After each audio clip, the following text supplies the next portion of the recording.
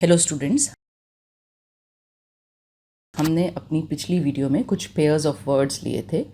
ये वो वर्ड्स हैं जो हमें अक्सर कंफ्यूज करते हैं। या तो इनकी प्रोनाउंसिएशन ऐसी है, या इनके मीनिंग्स ऐसे हैं, या इनके स्पेलिंग्स ऐसे हैं कि हम कंफ्यूज हो जाते हैं और गलती करते हैं। आज हम उसी सीरीज़ का, उसी वीडियो का पार्ट 2 लेकर आए हैं। आज हम कुछ और ऐसे वर्ड्स देखेंगे। तो हमारा पहला पेयर है कॉम्प्लीमेंट एंड कॉम्प्लीमेंट। एक फ़र्क है इनके बीच में, एक ई और आई का डिफरेंस है, इसीलिए हम गलती करते हैं। पहले का मतलब है पूरक, किसी चीज़ को पूरा करने वाला, है ना। दूसरे का मतलब है प्रशंसा। The belt is an excellent compliment to the new dress. आपकी जो ये नई ड्रेस है, इसको बेल्ट एक किस्म से पूरा कर रही है। बिना बेल्ट के इसमें एक थोड़ा सा अधूरापन है। She is big-hearted. She is pretty generous with her compliments. उसका दिल बहुत बड़ा है और वो एक बड़े दिल के साथ खुल के कॉम्प्लीमेंट्स देती है। ठीक है, लोगों की प्रशंसा करती है। नेक्स्ट पेयर है कस्टम और हैबिट। कस्टम का मतलब होता है रिवाज, रीति रिवाज, और हैबिट का मतलब होता है आदत। आदत वो चीज़ होती है जिसको हम किसी एक काम को करते हैं बहुत सोचे बगैर, और कई बार अपनी आदतों से निकलना हमारे लिए मुश्किल भी होता है। It is my family custom to have dinner together. ये मेरे घर का रिवाज है कि हम इकट्ठे डिनर खाएं। She has a habit of talking too much. उसको आदत है बहुत ज़्यादा बोलने की। नेक्स्ट पेयर है डेयरी और डायरी। डेयरी वो जगह है जहाँ पर जानवर रखे जाते हैं, दूध निकाला जाता है। डेयरी का लेना देना दुग्ध उद्योग से है, मतलब दूध से रिलेटेड उद्योग से है। यहाँ दूध का उत्पादन किया जाता है, उसको प्रोसेस किया जाता है, बेचने का काम किया जाता है। काफ़ी कॉमन है, डेयरीज हर जगह होती हैं। और डायरी ये एक ऐसी छोटी सी कई बार किताब होती है जिसमें हम रोज़मर्रा का लेखा जोखा लिखते हैं। तो इनका भी स्पेलिंग में थोड़ी सी डिफरेंस है। एक में ए आई आता है और दूसरे में आई ए आता है, या गलती हो जाती है। My father runs a dairy farm. जहाँ दूध निकाला जाता है, दूध को प्रोसेस किया जाता है और बेचा जाता है, मेरे फादर एक ऐसा फार्म रन करते हैं। My diary is full. वो किताब, वो कॉपी जिसमें मैं अपने रोज़मर्रा का हिसाब किताब लिखता हूँ और चीज़ें लिखता हूँ, नोट करता हूँ, वो भर चुकी है। My diary is full. मेरी डायरी भर चुकी है। थोड़ा सा स्पेलिंग का डिफरेंस है, इसको आप ध्यान रखिए। नेक्स्ट पेयर है डाई एंड डाई। डाई माने मरना और डाई माने रंग। She died of cancer. I do not use hair dye. मैं बालों को रंगने के लिए कुछ नहीं करती। मैं बालों को रंगने वाला पदार्थ यूज़ नहीं करती। नेक्स्ट पेयर है डिस्कवर एंड इन्वेंट। ये दोनों वर्ब्स हैं और साइंस के स्टूडेंट शायद इनको जानते होंगे। डिस्कवर का मतलब है किसी ऐसी चीज़ को खोजना जो पहले से एग्जिस्ट करती है, बस हम उसे डिस्कवर करते हैं। इन्वेंट का मतलब है किसी नई चीज़ को बनाना। Madam Curie discovered radium. Madam Curie ने रेडियम की खोज की। The aeroplane was invented in 1903। Aeroplane 1903 में बनाया गया। वो था नहीं, पहले से हमारे इर्द गिर्द कहीं एग्जिस्ट नहीं करता था, उसको बनाया गया। तो डिस्कवर माने पहले से कोई चीज़ थी उसको खोज लेना, खोज करना। इन्वेंट माने बनाना, कोई ऐसी चीज़ जो पहले नहीं थी। नेक्स्ट है डोज और डोज। ये एक ही तरह से बोले जाते हैं। पहली डोज का मतलब है खुराक और दूसरी डोज का मतलब है हल्की लाइट नींद लेना। अक्सर दूसरे वाला डोज जिसका लेना देना नींद से है उसे OFF ऑफ के साथ यूज़ किया जाता है। और पहला डोज DOSC होता है दवाई को कितनी मात्रा में लेना है, उसके लिए हम इस वर्ड का यूज़ करते हैं। कितनी डोज लूँ मैं? डॉक्टर तुम्हें बताएंगे कि तुम्हें कितनी डोज लेनी है, खुद से मत लो। कहते हैं ना हम कभी कभी ऐसा, you must talk to the doctor, he can only give you the correct dose. Doctor से बात करो, वही तुम्हें सही डोज दे सकते हैं। My cat likes dozing off in my lap. मेरी कैट को मेरे लैप में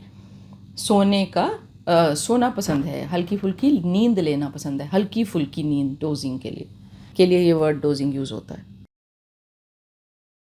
नेक्स्ट है ड्राउन और सिंक। दोनों यूज़ होते हैं वाटर की सरफेस के नीचे पहुंचने के लिए, पर इनके यूजेस अलग अलग हैं। ड्राउन ज़्यादातर यूज़ होता है लिविंग चीज़ों के लिए, जब पानी के नीचे जाकर डूब कर कोई सफोकेट हो जाए, उससे सांस ना लिया जाए। The tourist drowned in the overflowing river. Overflowing river में टूरिस्ट डूब गए। किसी के डूबने के लिए हम ड्राउन यूज़ करते हैं, किसी व्यक्ति के या किसी जानवर के। सिंक होता है अगेन वाटर के नीचे चले जाने के लिए, पर ये यूज़ किया जा सकता है लाइफलेस ऑब्जेक्ट्स के लिए, ऐसी चीज़ों के लिए जिनमें जान ना हो। The knife was sinking in the basin.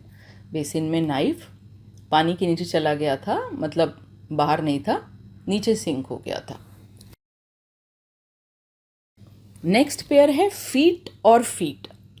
पहला फीट जिसमें EA आता है, उसका मतलब होता है कोई ऐसा काम, कोई बहुत स्पेशल काम है ना, जो अपनी करेज के लिए जाना जाता हो। दूसरा फीट है पैर। ये पैर के लिए भी यूज़ होता है, और फुट का प्लूरल भी होता है। फुट मेजरमेंट के लिए यूज़ किया जाता है। The brave feats of ordinary soldiers. Ordinary soldiers के ब्रेव फीट्स माने उनके कुछ एक्स्ट्रा ऑर्डिनरी काम, कुछ ऐसे काम जिसमें बहुत करेज चाहिए हो।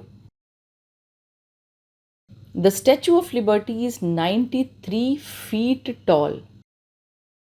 She is 5 feet 3 inches. Her left foot was injured. Next pair है हील और हील। पहला हील HEEL है और दूसरा हील HEAL है। पहले हील का मतलब होता है एड़ी, पैर का एक हिस्सा है एड़ी, और दूसरे हील का मतलब है ठीक होना, दोबारा से हेल्दी होना, रिकवर करना। ठीक है, तो पहले हील को कैसे यूज़ करते हैं? A stone had dug into my heel. मेरे हील में एक कंकड़ घुस गया या एक पत्थर घुस गया। और दूसरा हील कैसे यूज़ करते हैं? The wound will heal slowly. तुम्हारा जो जख्म है वो धीरे धीरे ठीक होगा, रिकवर होगा।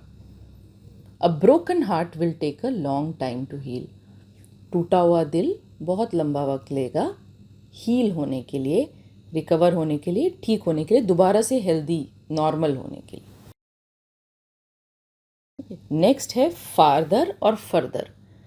दोनों का मतलब है आगे, पर फार्दर यूज़ होता है एक फिजिकल डिस्टेंस के लिए, और फर्दर यूज़ होता है अपनी पोजीशन, ये सजेस्ट करता है एक पोजीशन को। फर्दर का यूज़ हम इन एडिशन के सेंस में करते हैं। दोनों के सेंटेंसेस देखते हैं। फार्दर, फार्दर एक कंपैरेटिव डिग्री है फार की, और जैसे मैंने कहा ये डिस्टेंस को सजेस्ट करता है। My house is farther from the school than Neena's house. मेरा घर स्कूल से ज़्यादा दूर है, किसके कंपैरिजन में? नीना के घर के कंपैरिजन से में। तो यहाँ डिस्टेंस की बात होती है फार्दर में। फर्दर में बात होती है आपकी पोजीशन की, या इन एडिशन के सेंस में भी फर्दर यूज़ होता है। We shall discuss it further. हम आगे इसको डिस्कस करेंगे। Further, the government is responsible for spreading awareness about the benefits of various vaccines. पहले मैंने कुछ बात की होगी और उसके एडिशन में मेरी अगली बात ये है कि गवर्नमेंट रिस्पॉन्सिबल है कि वो एक सर्टन अवेयरनेस स्प्रेड करे लोगों में. नेक्स्ट पेयर है हियर और हेयर. हियर मतलब आपके कानों में सुनने की क्षमता को हम हियर कहते हैं, सुनना, सुन पाना. आई कांट हियर मतलब मुझे सुन नहीं पा रहा. I haven't heard about him मैंने उसके बारे में नहीं सुना है. आई कैन नॉट हियर मैं सुन नहीं पा रहा. I have not heard about him मैंने उसके बारे में नहीं सुना है. हेयर कहते हैं खरगोश को. ये रैबिट की तरह दिखने वाला एक जानवर होता है. इसके बहुत लंबे कान और लेग्स होते हैं. The hare and the tortoise की स्टोरी सबने सुनी है. It's a famous story, right. ये वो वाला हेयर है. नेक्स्ट पेयर है आइडियल और आइडल.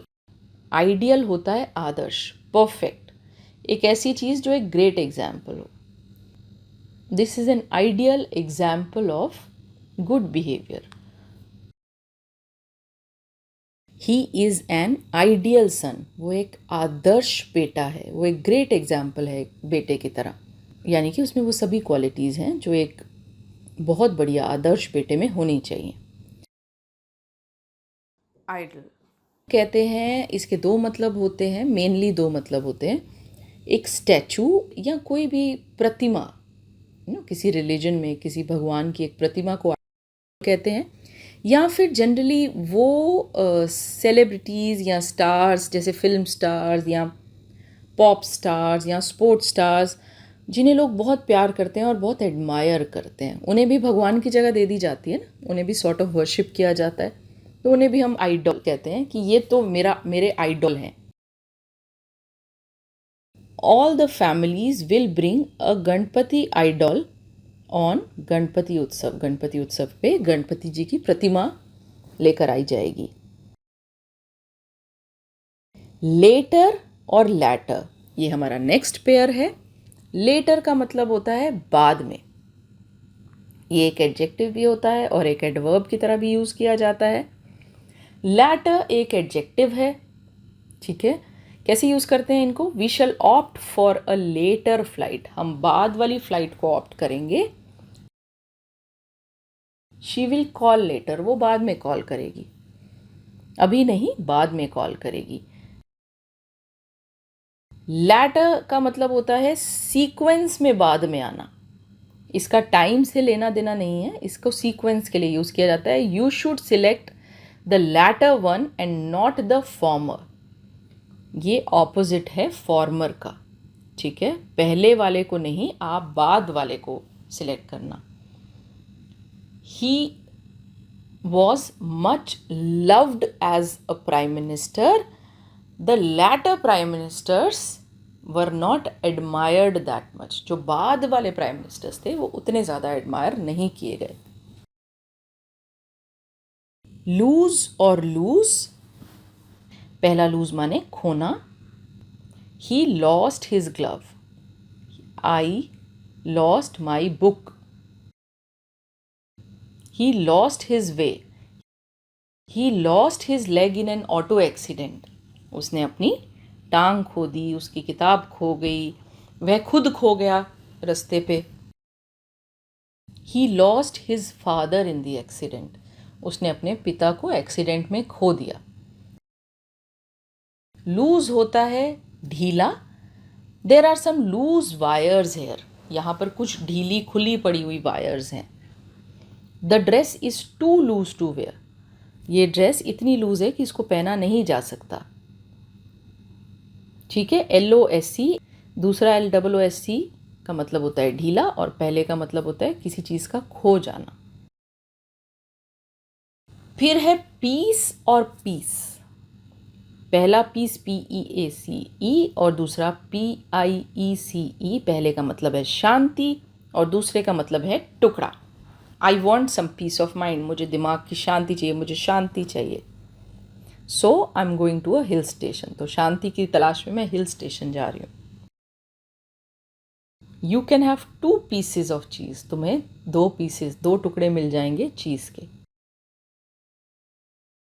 नेक्स्ट पेयर है प्लेन और प्लेन। पहला प्लेन माने मैदान और दूसरा प्लेन माने हवाई जहाज़ या विमान। India has a variety of land forms, hills, water bodies and plains. यहाँ पहाड़ हैं, यहाँ पानी की बॉडीज़ हैं, पानी से बनी हुई, मतलब वाटर बॉडीज़ मतलब नदियाँ, लेक्स, झरने, और प्लेन्स यानी कि समतल। प्लेन का मतलब होता है समतल मैदान, जिसमें बहुत ऊंचा नीचा नहीं होता, सिंपल मैदान भी हैं। और दूसरा प्लेन है PLANE, विमान। The plane will take off in some time. थोड़ी देर में प्लेन अपनी उड़ान भरेगा। आई एम श्योर आज आपने कुछ नया सीखा है तो प्लीज़ हमारे चैनल को सब्सक्राइब कीजिए। हम देखते हैं कि लगभग 80% लोग जो हमारे चैनल को देखते हैं वो हमारे चैनल को सब्सक्राइब नहीं करते। प्लीज़ आज इसे सब्सक्राइब कीजिए, हमारे चैनल पे आते रहिए।